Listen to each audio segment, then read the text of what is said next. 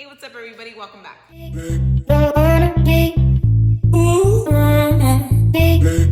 So today's actually going to be a super quick video. I'm actually going to be doing a follow-up to a review that I did for O.P.I's base and top coat a couple months ago. Now in this review I had 3 different clients wearing the product, as I always do. I make sure my reviews are very thorough so that I see some kind of consistency in either the good things about it or the bad things about it. So I got a couple people wearing it. One of them had it for up to 4 weeks. O.P.I came back with really awesome results. I ended up choosing to go ahead and get the base and top coat to use it in the shop. And I'm really glad that I did, because once I started using it and I was getting through the bottle, I started realizing a big issue that essentially has completely turned me off from the O.P.I base coat or base and top coat, and why I'm not going to be using it in the shop anymore. So I felt the need to make sure to share it with you guys. So here's the issue. If you remember when I did the review, the consistency on the base coat was really thin. And it was kind of odd. I never saw a base coat that thin. It was almost like pH bond-like, almost absorbed in the nail bed, but it resulted in no issue with the wear of the manicure, so no big deal. Polishes have different consistencies. As I was getting through the bottle, I noticed that consistency started to change and it became thicker. Halfway through the bottle, it was already kind of thick, but there was no issue applying it to the nail. It was still really nice and smooth.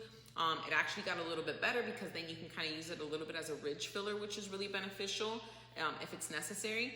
But as I continued using it even more, that thickness got out of control. It became stringy. I wasn't able to smoothly polish the base coat on the nail, and that could definitely result in issues with wear if you're not really paying attention.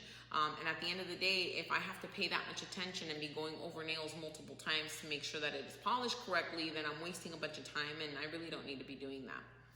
Now I know that when you get to the bottom of a gel, or a regular polish or anything, that it's possible that it can get a little bit thick, but I've been using gelish for over 10 years.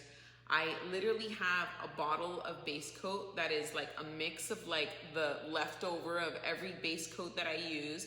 I stick them all in one bottle so that I can use that base coat for my swatches and my displays in the shop. That way I'm not using, my product that I use on my clients. I've never had a change in consistency in my gelish base coat. From the first little bit of gel that I use in that bottle to the last little bit of gel, the consistency stays the same throughout. And for this reason alone, unfortunately, I'm never going to be buying the O.P.I base and top coat.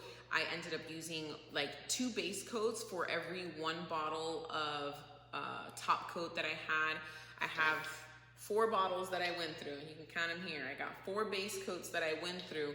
Each and every single one of these did the same thing. Some of them were way stickier than others, but they all did the same thing. So I definitely wanted to get that out there. O.P.I base and top, I mean, great wear and everything, but if I have to deal with a third of the bottle being completely unusable, I'm throwing away money, and then I'm wasting time trying to, go back and overlook and touch up the places that the brush didn't get to. So that is the gel about the gel. I hope the information was helpful in helping you decide whether or not to buy it. I personally, I can't be dealing with issues like that.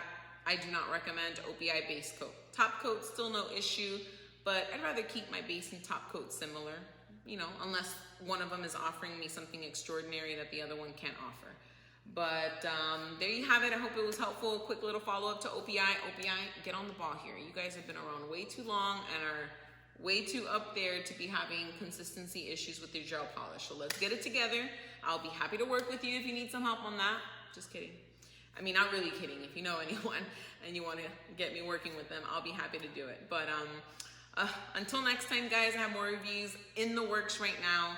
More reviews that are going to be coming out and posted. So as always, if you haven't already, make sure you subscribe, hit that notification, because I promise you there's no one that's going to be getting your reviews and feedback on the products out there like I am. I got you, okay? So thank you so much, and I will catch you guys on the next one.